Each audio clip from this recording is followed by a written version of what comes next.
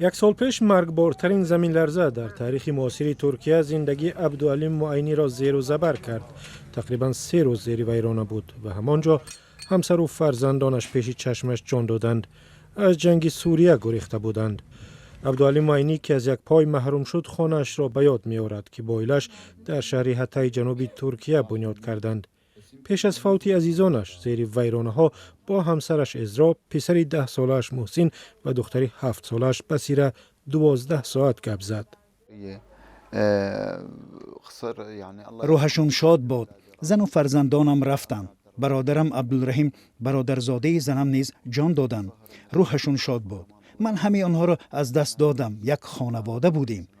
ما از کار به خانه برمیگشتیم و یا از خانه به کار یا به دیدن هم می رفتیم. خوشحالی می کردیم. همه از بین رفت.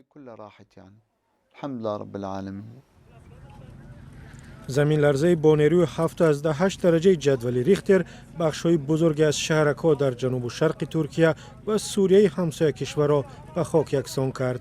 50,000 کس را در ترکیه و تقریبا 6,000 نفر را در سوریه کشت و میلیون‌ها نفر را بی‌خانمان کرد.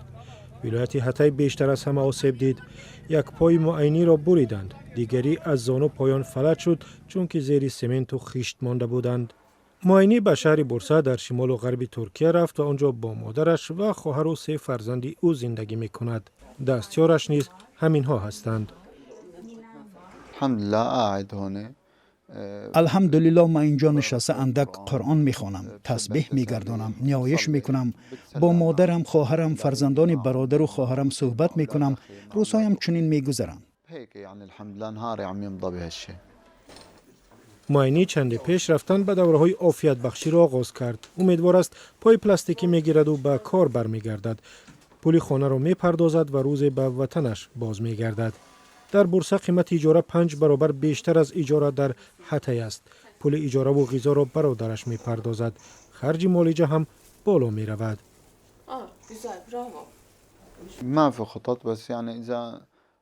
ما بیمه نداریم. اگر پایم درست شود کارهایی هست که من کرده میتوانم. هر یک انسان باید کار کند تا تواند که پول خود و دیگر خراجاتش را پردازد.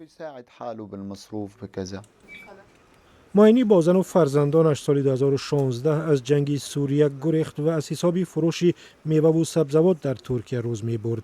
در عموم ترکیه میلیون ها پناهجو را میزبانی می کند که از جنگ 13 ساله سوریه گریختند.